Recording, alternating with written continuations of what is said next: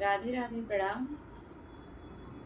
हम सरिता, ये हमारे देवरान पूनम हैं और पूनम सरिता संगीत में आप सबको स्वागत बा दिल से। आज हम आप सबके बीच में और शान माता का बहुत प्यारा बहुत छोटा सा भजन लेके आए गए। आशा करे थे सब जने वीडियो को फुल वॉच करत जाबो तबे एकदम भजन का आनंद पावत जाबो। बहुत सुंदर भजन बा। आप सब फुल वॉच करके सुनत जाओ, कैसन लाग कमेंट में जरूर बतावत जाओ और अगर अच्छा लागे तो शेयर भी करके जाओ।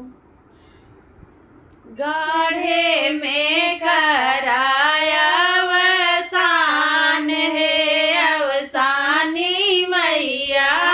गाढ़े में कराया अवसान है, अवसानी मैया।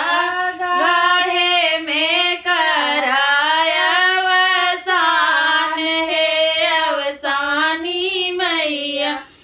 पुतवा मंगबई मैया अपने बूढ़ैया खातिर। पुतवा मंगबई मैया अपने बूढ़ैया खातिर। गोड़वा दबावन के पतो है, अवसानी मैया। गोड़वा दबावन के पतो है, अवसानी मैया। गाढ़े में कराया अवसान है, अवसानी मैया। गाढ़े में कराया अवसान है, अवसानी मैया।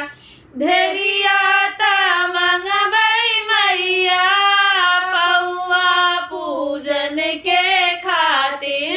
धैर्या मंगबई मैया पौआ पूजन के खातिर। घोड़वा चढ़ल के दामाद है, अवसानी मैया। घोड़वा चढ़ाई के दामाद है, अवसानी मैया।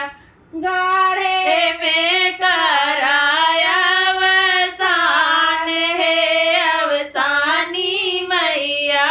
गाढ़े में कराया अवसान है, अवसानी मैया। अपना मंगबई मैया लाले लाले चूड़िया हो। अपना मंगबई मैया लाले लाले चूड़िया हो। सेनुरा भरल भर मांग है, अवसानी मैया। सेनुरा भरल भर मांग है, अवसानी मैया। गाढ़े में कराया अवसान है, अवसानी मैया। गाढ़े में कराया अवसान है, अवसानी मैया। पुतवा दिहलू मैया हमरे बूढ़ैया खातिर।